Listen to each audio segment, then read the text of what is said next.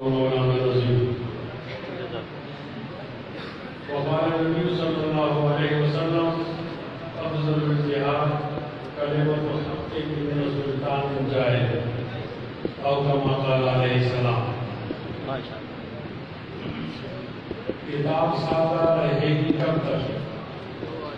کبھی تو آغاز باب ہوگا جنہوں نے بستیاں اجاڑ ڈالی، کبھی تو ان کا حساب ہوگا. سکوت صحرا میں بسنے والوں، ذرا رکو کا مزاج سمجھو، ابھی تو اتنی بھگت پڑے گی کہ سانس لینا عذاب ہوگا.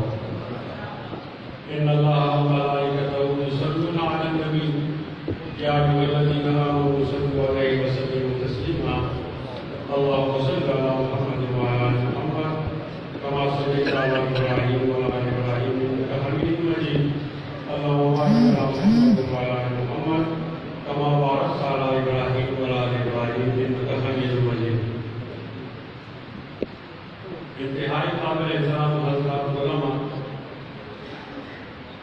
اور جامعہ سراج العلوم کے یتیم طلباء، ایک افسوس کا اظہار کر رہا ہوں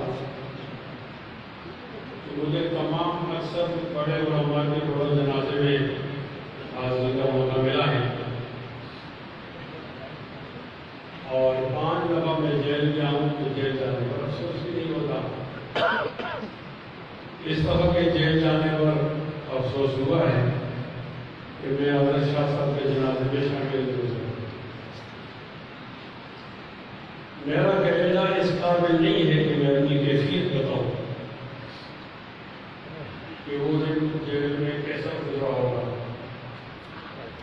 اور میں نے کیسا برداشت کیا ہوگا. کاش مجھے اطلاع ملی تھی،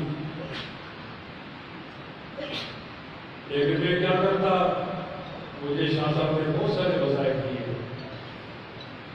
میرے ساتھ بہت زیادہ محبت کرتے تھے. ایک جملہ کہتے تھے مجھے بھی سمجھ میں نہیں آتی، کہتے ہیں کہ مفتی کے بیت اللہ میں جو غیرت ہے یہ خون والی غیرت نہیں ہے، یہ حدود والی ہے.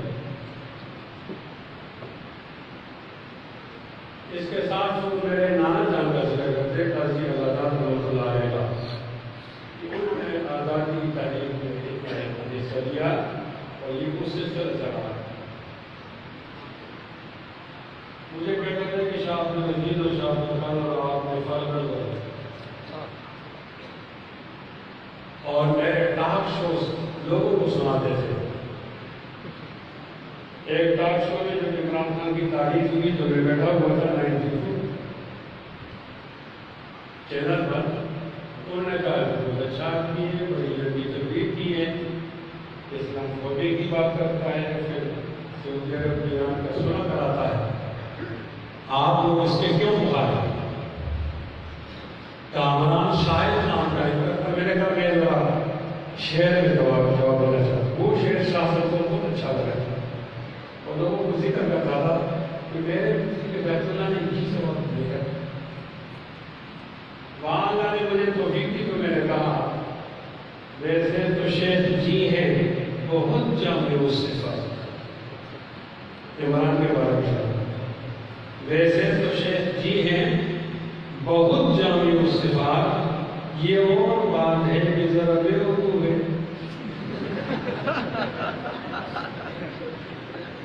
میں نے کشمیر کا مسئلہ حل نہیں ہو رہا، ہو جا کے لوگوں کے مسئلہ ہے تو لوگ پوچھتے ہیں کہ آپ کا مسئلہ حل ہو گئی تو آپ میرا مسئلہ کر دو. تو اس کو بولو کہ اپنی بطور نہیں کرو، ادھر کشمیریوں کا مسئلہ ہے. شاہ صاحب نے مجھے بہت دعائیں دی اس پر، اور انتہائی ذوق میں ہوتے غریب ہوئے غریب میں بھی حیران تک یہ کرنا چاہتے ہیں. میرے سامنے چائے رکھی ہوئی تھی اور ایک بسکٹ چائے میں ڈبو کر میرے منہ میں دیا تاکہ فیض اللہ حق تو تمہارا زیادہ ہے لیکن میں اس کا آپ کا اظہار کرنا چاہتا ہوں. لوگوں تم میرے ساتھ تعزیت کرو نا، میرا نقصان زیادہ ہوا ہے، میں تعزیت کرنے والا نہیں ہوں، پرسہ اٹھانے والا ہوں. کیا ہے. جتنا نقصان میرا ہوا ہے قسم اٹھانے کی عادت نہیں ہے، وہ شاہ عبد القادر کا نہیں ہوا. میں نے ان سے سیرت کی تعمیر سیکھی ہے. میں ان کے ساتھ الیکشن میں جاتا تھا. شیخ العزیز مولانا سعید اللہ خان صاحب فرمایا کرتے تھے کہ کسی بزرگ عالم کا سایہ پکڑو، تو میں ان کے ساتھ الیکشن میں جاتا تھا، کمپین میں جاتا تھا اور کچھ سیکھتا تھا. انہوں نے جو وظائف کیے سارے کو نہیں بتا سکتا. ایک وظیفہ ایسا ہے کہ فجر کی سنتوں اور فرض کے درمیان کرنا پڑتا ہے. تو میں نے اونچی آواز میں کہہ دیا کہ اللہ اس کا ثواب ابھی ساتھ ساتھ حیات ہے، کہ میرا معمول ہے، یا اللہ اس کا ثواب شاہ صاحب کو پہنچا دے. تو میں نے شاہ صاحب کا نام دیا، اور جب وہ فوج ہوئے خبر چلی تو جس شخص نے وہاں کیمپ میں ان کا نام سنا تھا اس نے کہا نام تو مجھے نہیں آتا، آپ نے سویرے کہا تھا وہ فوت ہو گئے. میرا والد صاحب بھی فوت ہوا، مجھے اتنا تکلیف نہیں ہوئی اور اس سے زیادہ تکلیف ہو گئی ہے. اب اس کا کس طرح اظہار ہوگا؟ اللہ تعالیٰ نے حضور کے گناہوں کو ہدایت دے. اگر مجھے ناکردہ گناہ کے اندر گرفتار نہ کرتے تو مجھے شخص اپنی دوارے ہو سکتے. میں جو آپ کے سامنے کھڑا ہوں میری دائیں آنکھ میں نظر نہیں، میری بائیں آنکھ میں نظر گر رہی ہے. پہلے یہاں شیشہ لگا 1 نمبر کا، پھر 1.5 کا اور 2.5 کا. اور میں نے جیل سے کہا کہ باجوہ صاحب اب میرا اندھا ہونے میں آپ کو کیا فائدہ ہے؟ کوئی فائدہ ہو تو بتاؤ. وہ جو عام لوگوں کو آپ علاج کی سہولت دیتے وہ مجھے کیوں نہیں دیتے؟ میں نے کون سا گناہ کر دیا ہے؟ اور ہر ایک کارکن اپنے امیر سے محبت کرتا ہے. میں نے اپنے مہامیر سے تعصب والی محبت کی ہے. اب مولانا رحمٰن صاحب کہہ رہے تھے کہ جماعت نہیں چھوڑیں گے. یہ جملہ مجھ سے پوچھا جائے کتنا دباؤ ہے، کتنی پیشکشیں ہیں، کیا کچھ نہیں کہا جا رہا. آج اس مقام پر کھڑا ہو کے اڑنے بیٹھے ہوئے ہوں گے، وفیکم سماعون لہم، بیٹھے ہوئے ہوں گے. بتاتا ہوں لوگوں کو کہ یہ کون سا انصاف ہے. اگر میں مولانا فضل الرحمان کا کارکن ہوں تو میں غدار ہوں، اور اگر میں ان کو چھوڑ دیتا ہوں تو میں کوئی گورنر ہوں. یہ کون سا انصاف کا ترازو ہے؟ اور ہمارے لیے ان دفعات کا استعمال کیا جو انتہائی سنگین غداری کے رہا، انتہائی سنگین غداری. آرٹیکل 6 لگا رہے تھے، لگتے بس کیا 121 سے لگا دیا. یہ آرٹیکل 6 کیا لگا ہے مشرف پر یا مجھ پر، اس کو 10 سال حکومت تھی اور آرٹیکل 6 لگایا. مجھے ویسے ہی آرٹیکل 6 لگایا 10 سال حکومت ہو دو نا.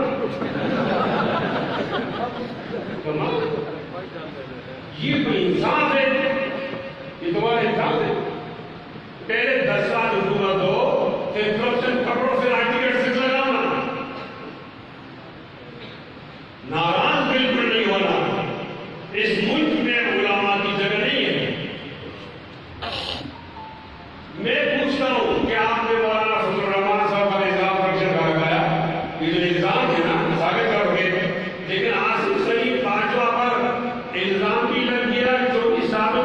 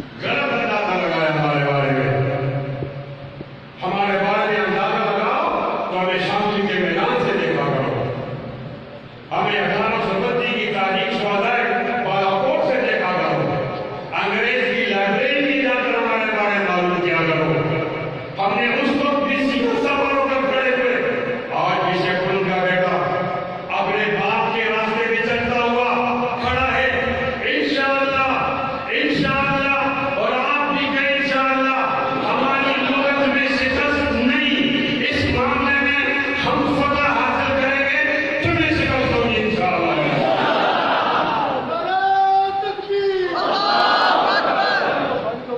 کمال بات ہے، مجھ پر مقدمہ بنائے کہ آپ نے مولانا کا دفاع کیوں کیا؟ پھر مجھے کہا جا رہا ہے کہ آپ اداروں کے ساتھ ہیں، اداروں کے ساتھ ہیں بھائی، لیکن جنرل پریڈ مشرف کو ادارہ نہیں،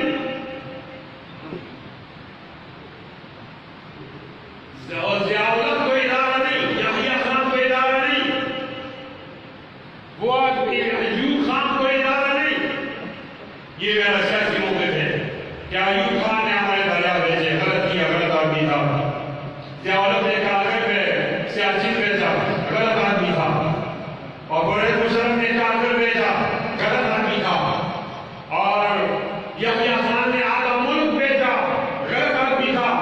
مجھے کون سا قانون اس بات سے روک رہا ہے؟ یہ تو میرا سیاسی موقف ہے، اور میں معاشرہ کے ڈی سی صاحب اور معاشرہ کے ڈی پی او صاحب سے گزارش کرتا ہوں، آپ کا کوئی اپنا دار اختیار ہے یا اپنا آئی ایس آئی کے پاسپورٹ کے کہنے پر مجھے گرفتار کر لو گے؟ میری امت تو تمہارے باپ کی طرح ہے، تم باپ نہیں رکھتے، تمہارے باپ کو کوئی رمضان میں جیل میں ڈالے تمہیں خوشی ہوگی؟ ڈی پی او صاحب کتنے احترام سے بات کر رہا ہوں، ڈی سی صاحب مجھ سے کہا جا رہا ہے کہ آپ کی بات تو ٹھیک ہے، یاد کر لیں گے، تو میں اس دفعہ آیا، آپ حضرات نے بہت بڑا استقبال کیا، حوصلہ ہوا، شکر گزار ہوں، تو میں نے کہا چلو میں بات نرم کر لیتا ہوں، مفہوم کا تو کوئی کمپرومائز نہیں، الفاظ میں کر لیں گے۔ تو میں نے عاصم سلیم باجوہ صاحب کے بارے میں کہا کہ حضرت مولانا حاجی عاصم سلیم باجوہ صاحب کا ہاتھ کاٹ دیجیے۔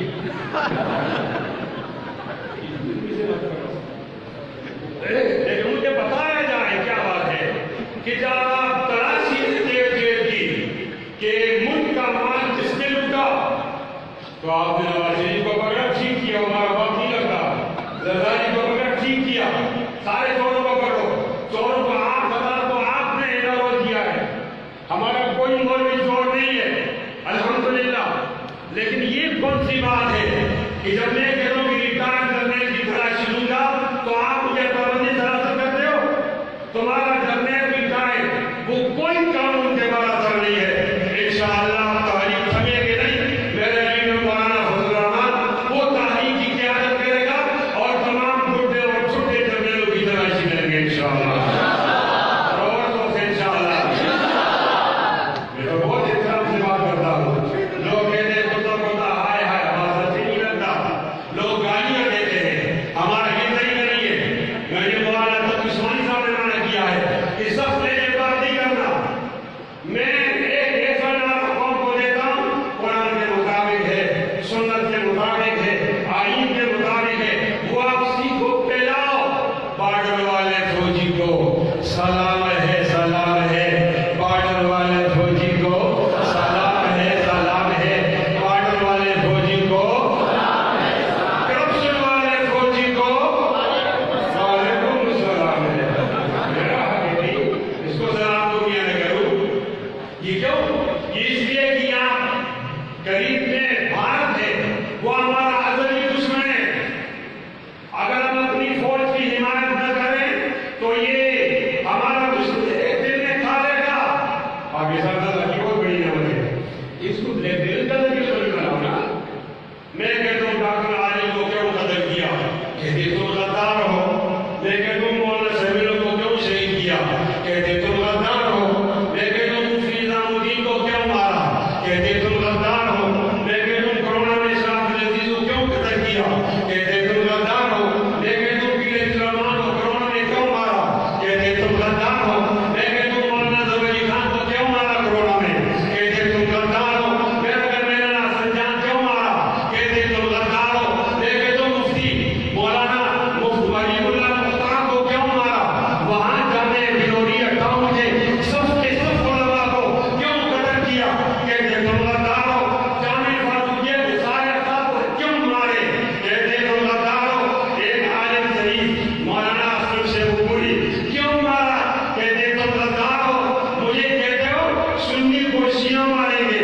شیعہ کو سنی ماریں گے.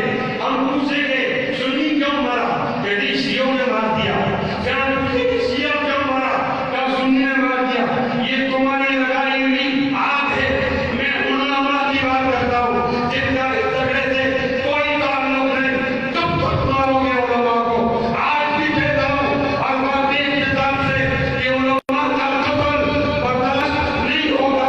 علماء کا قتل برداشت نہیں ہوگا. علماء کا قتل برداشت نہیں ہوگا. علماء کا قتل برداشت نہیں ہوگا. خدا کی قسم علماء کی قتل سے علماء کے قتل کو روکنے کے لیے ہزاروں سنوں کی فصلیں کاٹنی پڑے تو ہم تیار ہیں انشاءاللہ.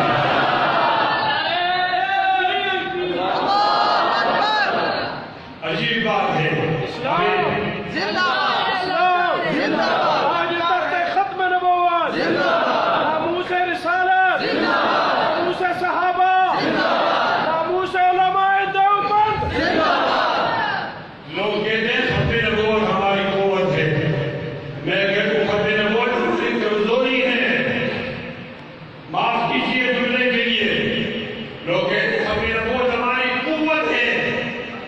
میں کہتا ہوں ہماری کمزوری ہے. ہمارے یہ ریٹائرڈ فوجی امریکہ کی تابعداری کرتے خواجہ بائیسی میں یہ ایک گناہ ہے.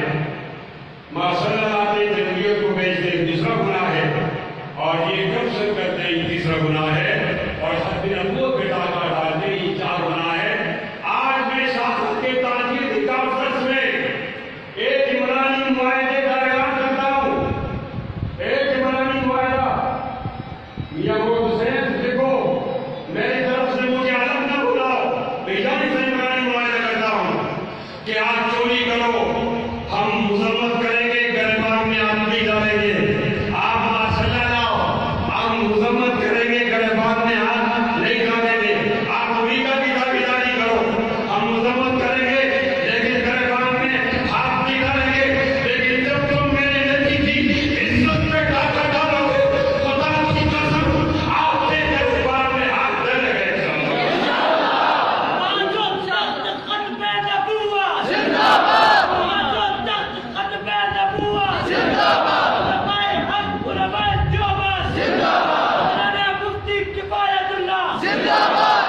میں آپ کے قابل کا آدمی ہوں. مجھ پر بہت پرواہ ہے مولانا کو چھوڑو. میں نے پوچھا مولانا نے کوئی آپ ایک نکالو. میں کیوں چھوڑوں؟ میں نے تو ایک کیے اور مجھے ایسی پیشکشیں دی کہ آپ حیران ہو جائیں گے. لیکن کچھ پیشکشیں ہماری استقامت میں فرق نہیں آ سکتی.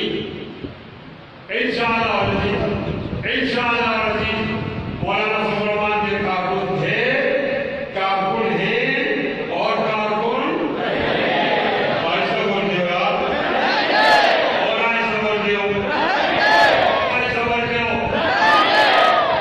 بیویوں صاحب مانسیہ صاحب کے نام دیکھو کتنا شریف آدمی. ڈی سی صاحب مانسیہ دیکھو صاحب کے نام.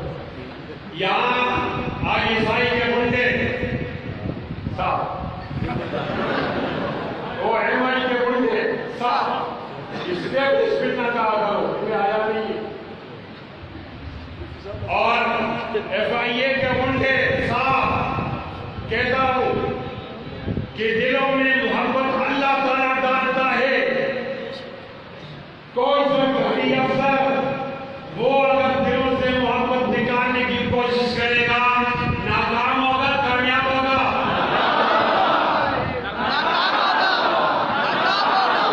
تو میں اسے کہتا ہوں میری جب استعفا کی خبر آتی کہ میری رہائی کو رکھتے تھے. میری استعفا کی خبر آتی یہ رہائی کو روکتے تھے. میں نے ان سے کہا یار استعفا کی خبر نہیں تو یہ لوگ مجھے نہیں چھوڑیں گے. اور تو میرا کرو کہ میں علی پور گیٹ کو کراس کروں.